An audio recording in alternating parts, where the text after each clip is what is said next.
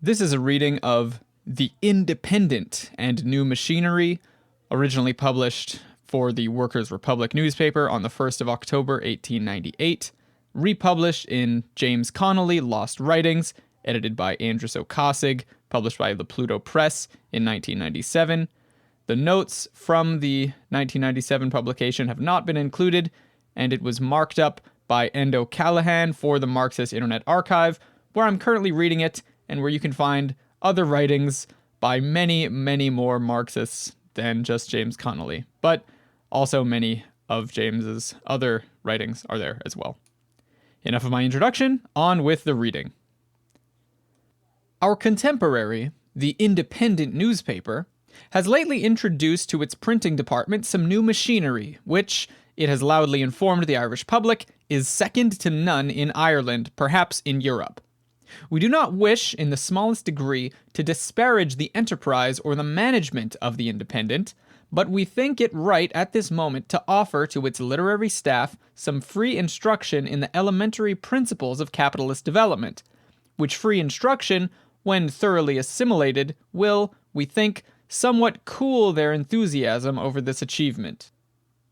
No one denies the right of a capitalist to introduce in his business whatever new methods or new machinery may best serve his purposes in competition with his rivals.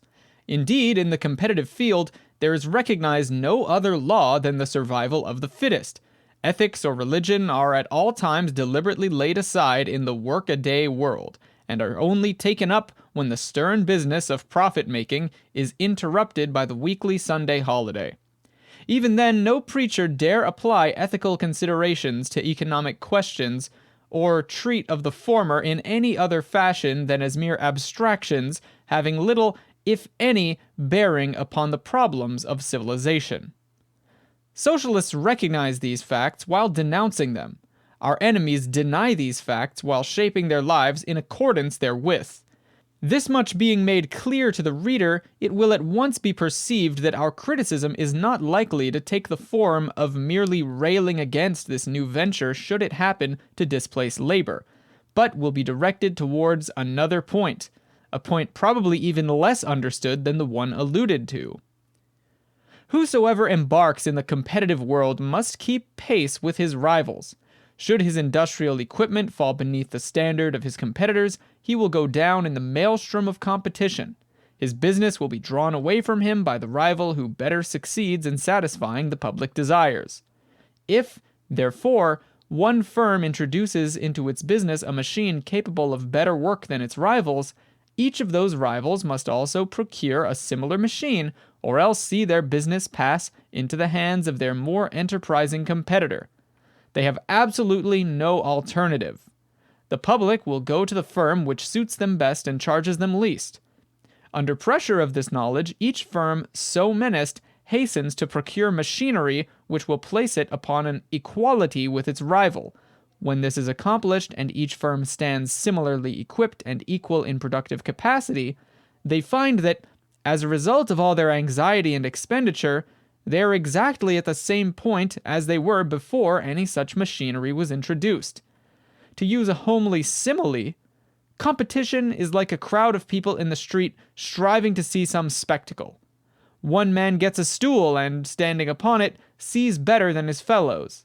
But should all the rest get stools and stand upon them, they would be at the same position for sightseeing as if they had all stood upon the ground.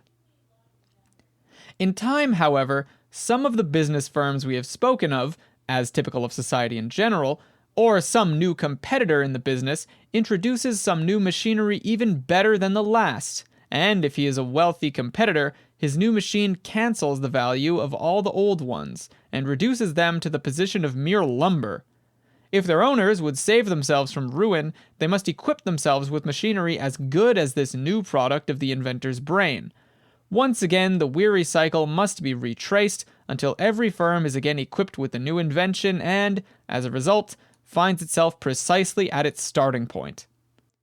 Each new machine invented renders nugatory the competitive value of all former machines, compels all the rivals of its owner to become owners of a like machine, and is generally in its turn replaced by an improvement making again a similar demand upon the owners of industry.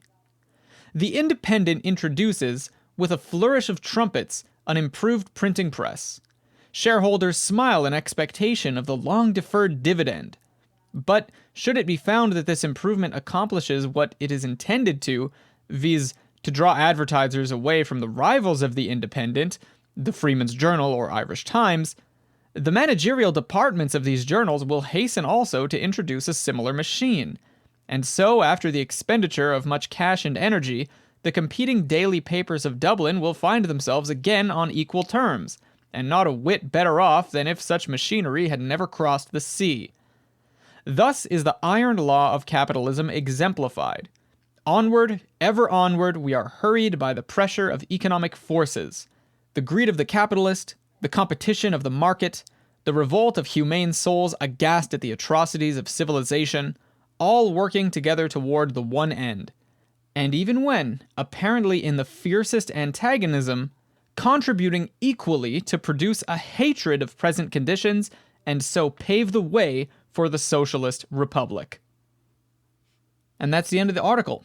It's kind of a funny article in premise where it seems like he just found news of a competing newspaper announcing new machines and decided to take it as an opportunity to teach a little lesson about how machines, proliferate in capitalism when you have competing firms that can make use of machines. And this idea is just kind of funny because he's not particularly criticizing any newspaper. He's just educating people, I suppose, in light of what this other newspaper had done, which I think is kind of funny. Maybe you disagree. Anyway, that's all for my ending commentary. Hope you have a good one, and do not forget, ruthless criticism of all things.